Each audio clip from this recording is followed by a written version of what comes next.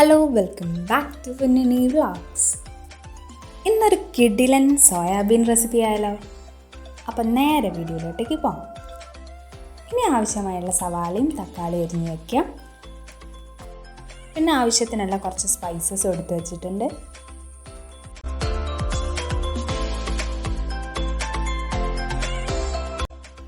ഇനി ചട്ടി അടുപ്പത്ത് വയ്ക്കാം. പാത്രത്തിലെ വെള്ളമൊക്കെ വറ്റിയതിന് ശേഷം നമുക്ക് എണ്ണ ഒഴിച്ചു കൊടുക്കാം.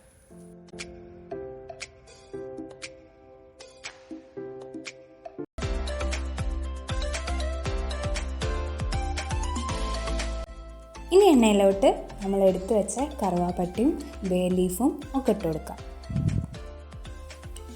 ഇനി ചതച്ച് വെച്ച ഇഞ്ചിയും പച്ചമുളകും അരിഞ്ഞു വെച്ച സവാളയും കൂടി ചേർത്ത് നന്നായി വഴറ്റിയെടുക്കാം.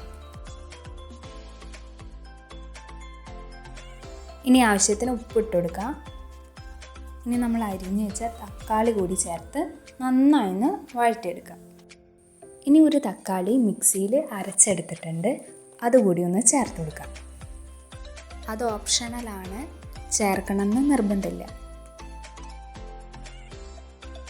ഇനി മസാലപ്പൊടികളൊക്കെ ഇട്ട് കൊടുക്കാം. മല്ലിപ്പൊടി കുറച്ച് ചേർത്ത് കൊടുക്കുന്നുണ്ട്. അതിനുശേഷം മുളക് പൊടി, മഞ്ഞൾപ്പൊടി, പിന്നെ ആവശ്യത്തിന് ചിക്കൻ മസാല കൂടി ചേർത്തതിന് ശേഷം കുറച്ച് വെള്ളം ചേർത്ത് നമുക്ക് വേവിക്കാം. ഇനി ഇതിൽ വെള്ളമൊക്കെ നന്നായി വറ്റി വരണം. അപ്പം നമ്മുടെ കിടിലൻ റെസിപ്പി റെഡി ആയിട്ടുണ്ട്.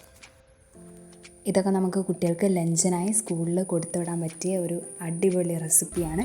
എല്ലാവരും ട്രൈ ചെയ്ത് നോക്കുക. വീഡിയോ ഇഷ്ടപ്പെട്ടെങ്കിൽ like, share and subscribe our channel. And thanks for watching.